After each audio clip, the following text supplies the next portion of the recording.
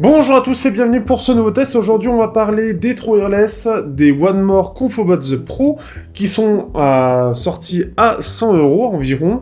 Alors, vous avez le lien dans la description. Pour l'instant, ils sont surtout sur le site de One More. Ils arriveront normalement plus tard sur Amazon. Ce sont des écouteurs donc à 100 € qui intègrent de la réduction de bruit active, mode transparent, une application, un driver de 13 mm. C'est plutôt gros, ça veut rien dire, mais c'est plutôt gros, une bonne autonomie, bref, quelque chose d'assez complet. On va voir ce que ça donne tout de suite, c'est quand même intéressant, et d'ailleurs je remercie One More qui me les a directement envoyés. J'ai eu la surprise de les avoir reçus sans avoir été prévenu. Petit à petit, je me fais mon petit truc à moi, donc c'est plutôt cool, et ça fait plaisir, et ça valait le coup en plus de ça.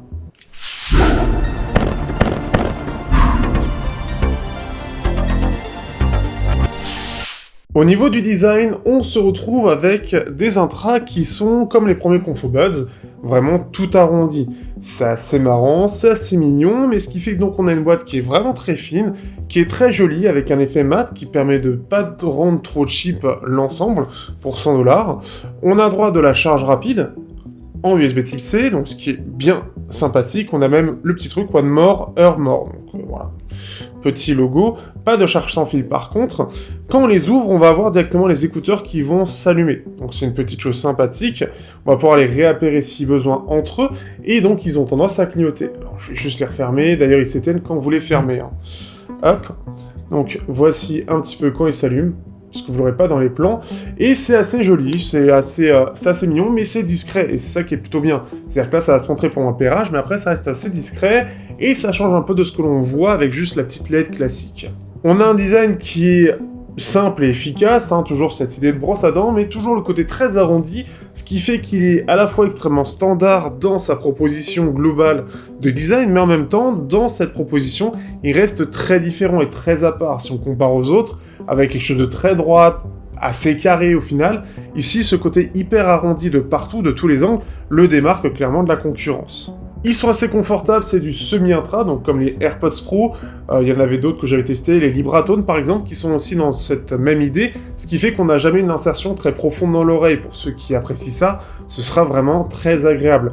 Donc c'est une chose vraiment sympathique qui devrait vraiment plaire. On n'a pas de sensation vraiment de côté bouché non plus, donc pareil, on n'a pas de cette sensation d'intra avec cette pression dans l'oreille. Donc quelque chose de très positif, et c'est vraiment bien conçu pour environ 100 €. Du côté des fonctions et autonomie, on est sur quelque chose d'assez bien, puisqu'on a déjà droit à une application qui est efficace, puisque elle va intégrer la gestion en fait du play pause. En fait, vous avez un petit laser qui va détecter quand vous mettez l'appareil ou non, un détecteur de présence en gros, qui est présent sur certains haut de gamme, mais qui est très cher à One More, qui a tendance à le mettre sur tous ses produits. Donc quelque chose qui est agréable, qu'on n'a pas forcément partout. Le seul à 100 € que j'ai dans le même style, c'est les Honor Magic Earbuds, autrement appelés les FreeBuds 3i. Je n'ai malheureusement pas testé les 4i, mais qui doit les intégrer aussi. L'application elle-même, par contre, reste très légère, puisqu'on va gérer juste les commandes et la gestion de la réduction de bruit, et c'est à peu près tout. C'est dommage, on n'a pas vraiment d'autre chose. On pourra mettre aussi à jour l'application, mais ça reste très limité. Sur la réduction de bruit, justement, en parlant rapidement de ça, on a une réduction de bruit qui est vraiment très très efficace. Vraiment, par rapport à ce que j'ai en comparaison, on a quasiment ce qu'il y a de mieux. C'est annoncé jusqu'à moins 40 dB, j'ai pas de mesure malheureusement, mais j'ai pu comparer au Pamu Quiet ou encore au Honor Magic Earbuds, et c'est clairement un peu au-dessus. Donc c'est extrêmement bien géré, on a quelque chose qui va très bien supprimer les bruits. Tout comme le mode transparent qui est présent, que j'avais pas forcément sur les autres, et que j'ai sur les Pamu Quiet, mais clairement ici le mode transparent retranscrit très bien les voix et l'ensemble des sons qu'il y a autour de nous. Donc c'est très efficace, et pour 100 €, c'est vraiment très bien maîtrisé. Clairement mieux que la concurrence. Pour finir au niveau de l'autonomie, on a 8 heures annoncées et 28 heures au niveau de la boîte, et 6 heures, 24 heures quand on a l'ANC actif.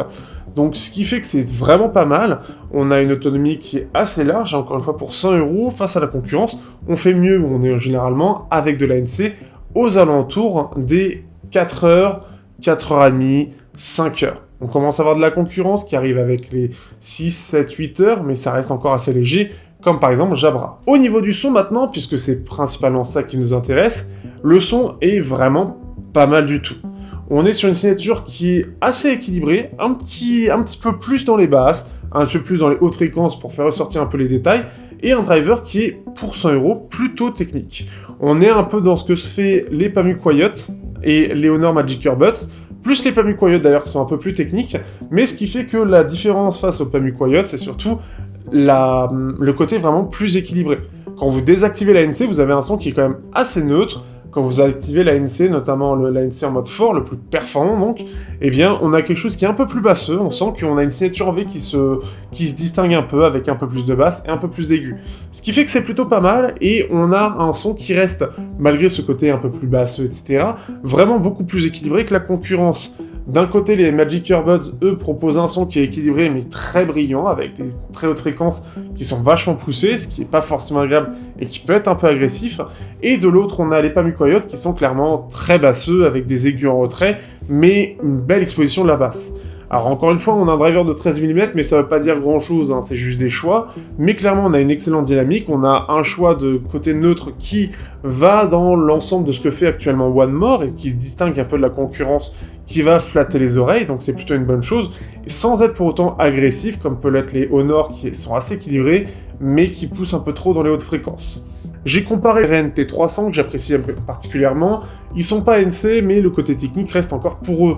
Le côté triple driver et leur maîtrise déjà en dehors de ça, fait que forcément le son reste meilleur pour moins cher, mais c'est assez logique. C'est plus une écoute entre guillemets audiophile qui veut du true wireless, plutôt que donc ceux-ci.